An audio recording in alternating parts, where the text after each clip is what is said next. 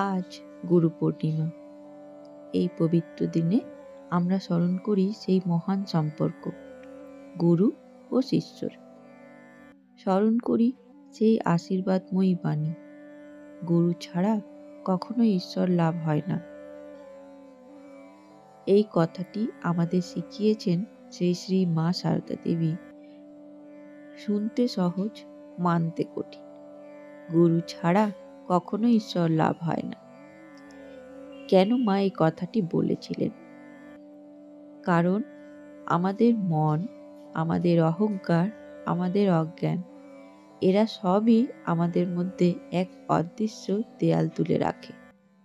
এই দেওয়াল পার হয়ে ঈশ্বরের কাছে যাওয়া একা মানুষের পক্ষে প্রায় অসম্ভব।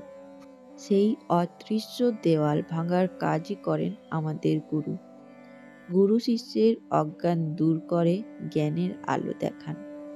গুরুই শিষ্যকে শোধন করেন, শিষ্যের মনের ভেতর লুকিয়ে থাকা অমঙ্গল দূর করেন।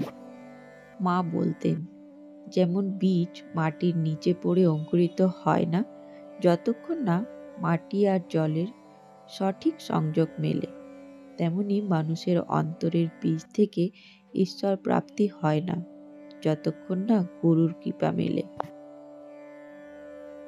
মা সারদা দেবীর জীবনেও আমরা এই সত্যের প্রমাণ পাই। তিনি নিজেও বলতেন, আমি নিজে কিচ্ছু নই, ঠাকুরই সব।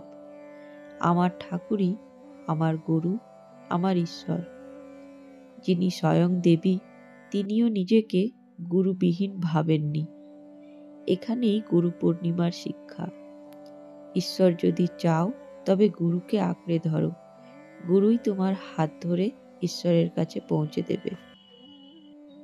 এই গুরু পূর্ণিমায় আসুন আমরা মায়ের বাণী স্মরণ করি। গুরু ছাড়া কখনো ঈশ্বর লাভ হয় না। চলুন গুরুর প্রতি ভক্তি, বিশ্বাস আর নির্ভরতা আরও গভীর করি। গুরু যেন আমাদের অহংকার দূর করে, অজ্ঞান দূর করে, একমাত্র ঈশ্বরের পথেই আমাদের চালনা করে। হে মা সারদা, হে ঠাকুর, আমাদের চিত্ত শুদ্ধ করো, আমাদের মধ্যে গুরু ভক্তি অটুট রেখো। তোমার আশীর্বাদে আমরা যেন সত্যি ঈশ্বর লাভের পথে চলতে পারি। শুভ গুরু পূর্ণিমা। জয় মা সারদা।